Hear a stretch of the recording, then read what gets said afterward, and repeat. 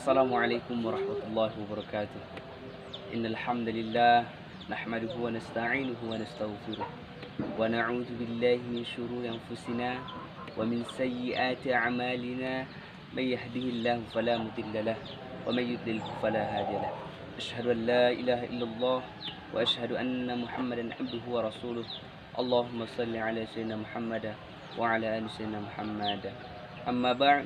فيا أيها المستمعون أوصيكم بنفسي بتقوى الله فقد فاز المتقون. قال الله تعالى في القرآن الكريم: أعوذ بالله من الشيطان الرجيم. بسم الله الرحمن الرحيم. واصبر على ما يقولون واهجرهم هجرا جميلا. صدق الله العظيم.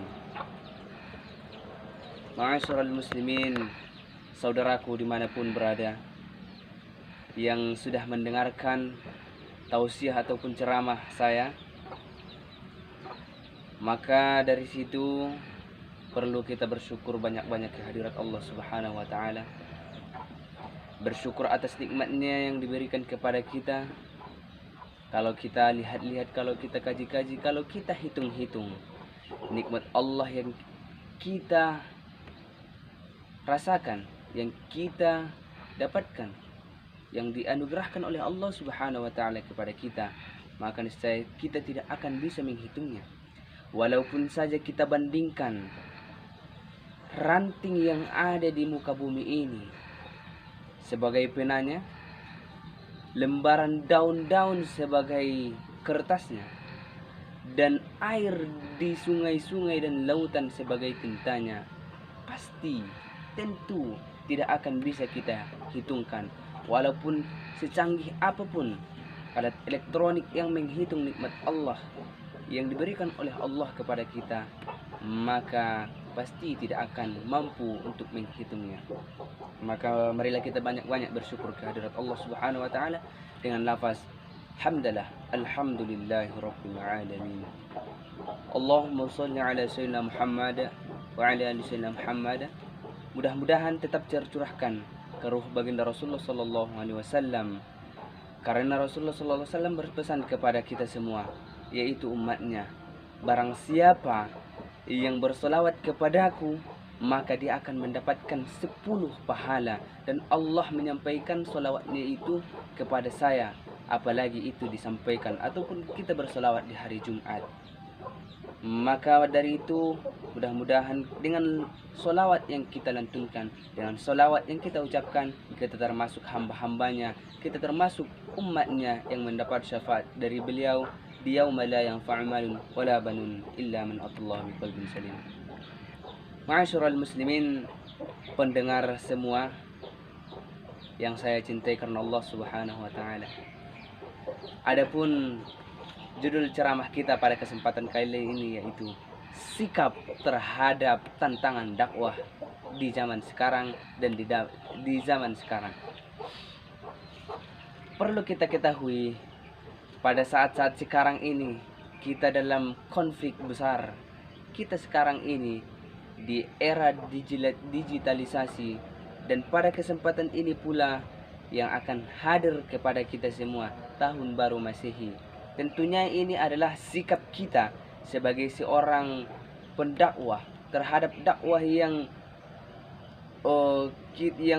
urgensitas. Maksudnya adalah dakwah itu penting di kalangan setiap orang. Akan tetapi bagaimana cara kita berdakwah, ini adalah sikap tantangan. Contohnya bisa kita lihat di zaman sekarang banyak konflik-konflik yang mengatasnamakan toleransi antar agama, moderasi. Maka Kementerian Agama membuat suatu program yaitu moderasi beragama, yang dimana sikap seseorang itu, sikap manusia kepada manusia yang lain haruslah moderat, wasato, yaitu pertengahan, tidak terlalu fanatik dan tidak terlalu berdayu-dayu di suatu masalah ataupun di masalah keagamaan khususnya. Ma'asyiral muslimin, para pendengar yang setia dan budiman, ketika Rasulullah Shallallahu Alaihi Wasallam banyak cobaan, banyak tantangan-tantangan terhadap dakwah yang disampaikannya. Ketika dia berdakwah secara sembunyi-sembunyi, tantangan itu ada. Di setiap saat itu pasti ada tantangan yang namanya dakwah. Selagi masih ada yang namanya dakwah, maka tantangan tidak akan lepas dari kehidupan dakwah tersebut. Dan tetapi bagaimana cara kita menyikapi tantangan dakwah itu yang penting. Maka Rasulullah SAW dijelaskan di dalam Al-Quranul Karim yang disampaikan oleh Allah Subhanahu wa taala melalui firman-Nya yang berbunyi, wasbir ala ma yaquluna wahjurhum hajaran jamila. Quran surah Al-Muzammil ayat 10. Artinya, maksudnya Allah Subhanahu wa taala berpesan kepada Nabi Muhammad SAW dengan landasan firman-Nya di dalam Al-Qur'an, yaitu wasbir ala ma yaquluna, dan bersabarlah kamu wahai Muhammad atas apa yang mereka katakan. Berarti ketika Nabi Muhammad SAW berdakwah, tentunya ada ocehan-ocehan, tentunya ada omongan-omongan yang kurang enak didengar oleh Rasulullah SAW. Maka tidak ada kata lain yang bisa disampaikan, karena Rasulullah itu adalah manusia yang baik, manusia yang jujur, manusia yang amanah. Maka ketika dia melawan dengan perkataan yang serupa, berarti sifat-sifat kenabian itu akan hilang dari diri Rasulullah SAW. Akan tetapi Allah Subhanahu wa taala mengingatkannya, wasbir ala ma yaquluna, kamu harus bersabar atas apa yang mereka sampaikan. Setelah kita bersabar, setelah Rasulullah SAW bersabar, maka yang kedua adalah wahjurhum hajaran jamila. Ketika mereka sudah terlalu melampaui batasnya mengolok-olok Nabi ini, maka kita tinggalkan. Jangan kita balas dengan perbuatan yang serupa, akan tetapi kita tinggalkan mereka dengan cara yang baik. Maksudnya cara yang baik apa? Kita jangan lagi mengomong-omongkan mereka dengan mengolok-olokkan mereka, walaupun apa yang mereka bilang kepada kita, akan tetapi perkataan itu tidak kita lontarkan kembali kepada mereka. Maka sikapnya di sini adalah di Quran surah Al-Muzammil ayat 10 ini adalah, yang pertama adalah bersabar. Ketika kita bersabar, akan tetapi kesabaran itu ada batasnya. Kesabaran itu ada batasnya. Dan tetapi kesabaran itu, ketika kesabaran itu sudah mulai melonjak, tidak dapat lagi dibendung, maka kita tinggalkan mereka dengan tidak berkata apa-apa pun. Karena Rasulullah SAW pun menjelaskan di dalam hadisnya yang berbunyi, man kana yu'minu billahi wal yawmil akhir falyaqul khairan aw liyasmut.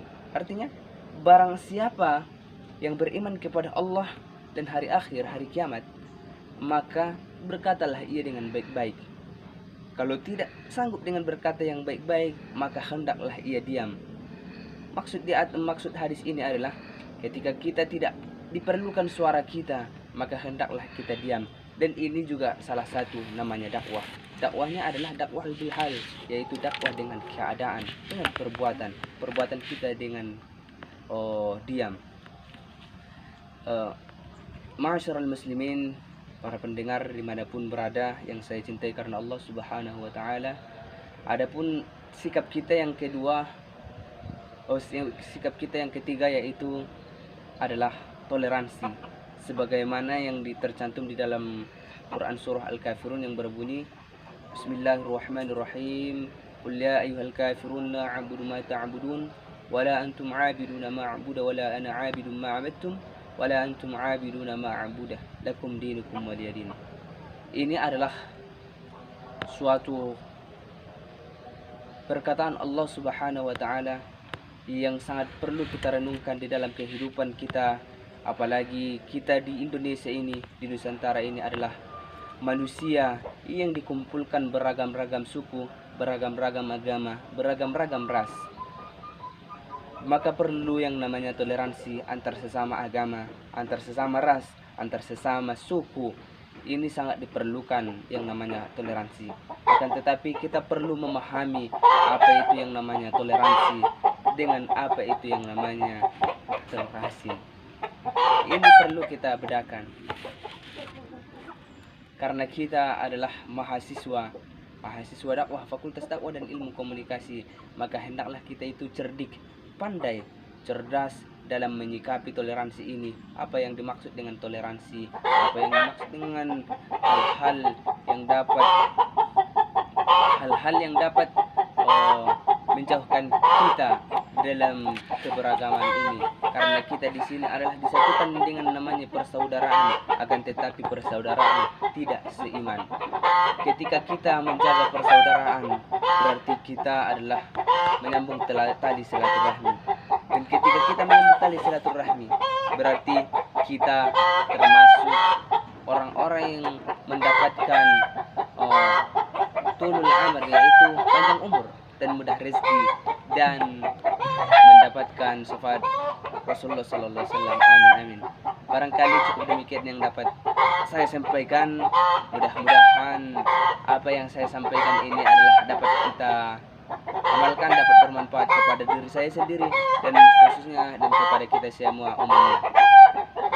Saya akhiri dengan Wallahul muwaffiq ila aqwamit thariq. Wassalamualaikum warahmatullahi wabarakatuh.